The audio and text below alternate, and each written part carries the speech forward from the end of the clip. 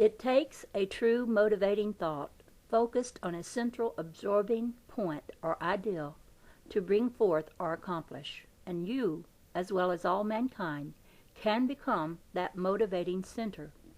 Not one thing comes forth unless man first expresses the ideal.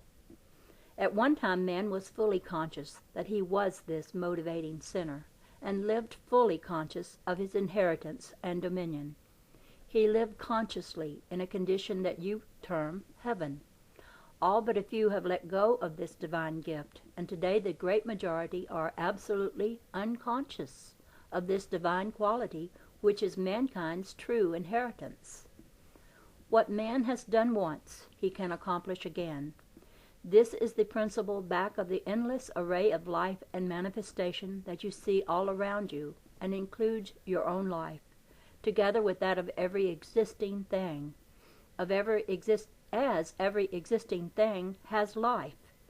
Ere long, science will give you ample grounds for saying that things are not material, as science will soon see that all things can be reduced to one primal element containing innumerable particles, universally distributed, responding to vibratory influences, and all in perfect and absolute equilibrium or balance.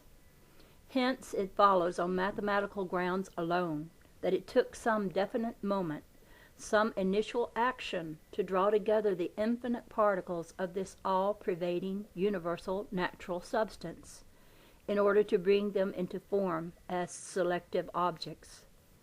This power did not originate wholly within a particle, but is a power greater, yet at one with the particle, and you, through your thought and definite action, cooperating with the vibration, give selectivity to these particles.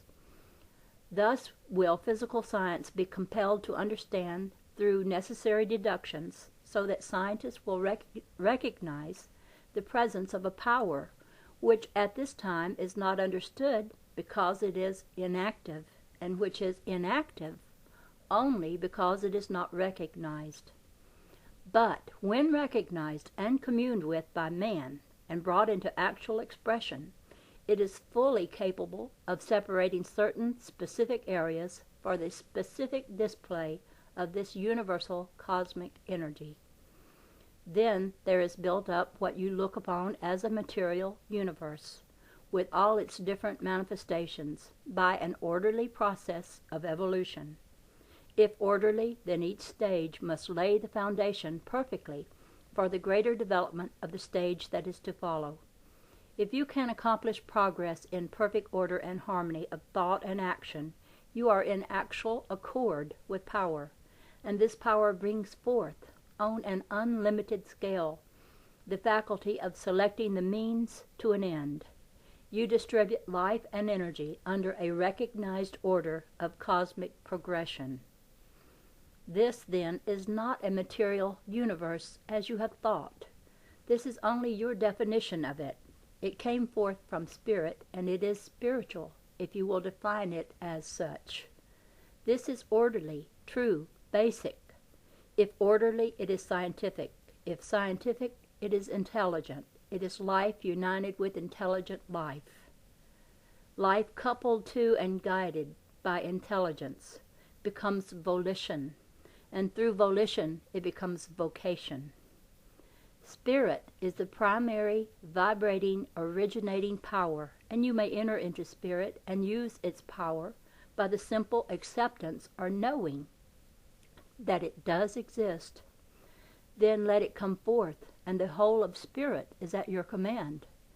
To you it becomes an ever-potent spring of perpetual and original life right within yourself. This does not take long years of study, nor need you go through training or hardships or deprivation. Know and accept that this vibration does exist. Then let it flow through you. You are one with great creative mind substance. Thus you know that all things do exist. If you will but see that divine principle, great principle, God principle is all there is, that it fills all space, is all, then you are that principle, And as you stand forth in your Christ dominion and give out this principle, you, by your very thought, word, and act, give this principle greater activity. Thus one more has found his dominion and is using God power and sending it out. As you give out this power, it flows to you. As you give, more is pressed unto you to give, and you will find you cannot deplete the supply. This does not mean going into a closet and hiding yourself. This is getting quiet right where you are, even in the busy so-called turmoil of life, under the most trying circumstances. Then life is not turmoil. It is quiet, contemplative, and compulsive. The outer activity is as nothing compared with the greater activity that you now realize and are one with. This is getting quiet right where you are, seeing God standing forth from you, closer than breathing, nearer than hands and feet, with your whole thought, action centered on God. Who is God? Where is God that your whole thought, action is centered or focused upon?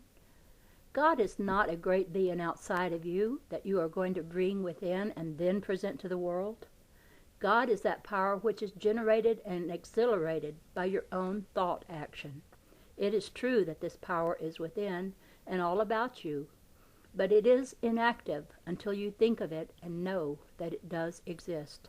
Then you see it flowing forth from you in limitless measure. You present it to the world, and the world is benefited by your presentation. You yourself must present the accomplishment by putting forth the driving force of all good, God your Father, the power to accomplish, behind every thought and act. Now you are God fulfilling or filling full the accomplishment. This is God, the true and only God, standing forth from you. You are then God the Father, the husbandman, the amplifier, and the projector, the definite and positive accomplisher. It is then that legions fly to do your bidding. The moment you say wholeheartedly, with reverence and deep meaning, that God is in his holy temple, and know that this temple is your pure body, just as you present it and as you truly stand today, that you, the true Christ, live one with God right within this temple, and that your exalted body is a holy abiding place, a whole and all-inclusive abode. You are an energizer, an all-including and outpouring vessel for this true and divine principle to flow through. Then you pour out more and more of the God which you are and which you love. You worship, your praise, and with your ever-expanding love, you pour out to all mankind that they may see the Christ, the God-man, standing forth triumphant. Now you say with the keenest joy, whosoever will, let him come and drink deeply of the waters of pure life. Those who do this will never thirst again. This power you are using and sending forth is God. The Son accomplishes readily what the Father accomplishes. This is also being humble, too, and bowing before this great power. This is true humility, stepping forth in humble mien, one with your own driving force and power. By constantly contemplating, praising, blessing, and giving thanks to this power, you increase its flow, and as you do this, it becomes potent and more readily accessible to you. Thus I say, pray without ceasing. Your daily life is true prayer. By first knowing that this power does exist, then using it with absolute confidence, you soon become wholly conscious of it. You soon know that it is all-inclusive in and through you. If you will but let it flow, it will rush to you in every instant. It flows to you as you let it flow from you. Stand forth as God and give it out. This is God your Father in you and your Father are one. Not servants, but sons, sons of first primal cause. All that I am is yours, for you are I am. It is not I who do the work. It is I am in the Father, and the Father in me brings forth the great accomplishment. As you know that, you work one with the Father. There are no limitations, no boundaries,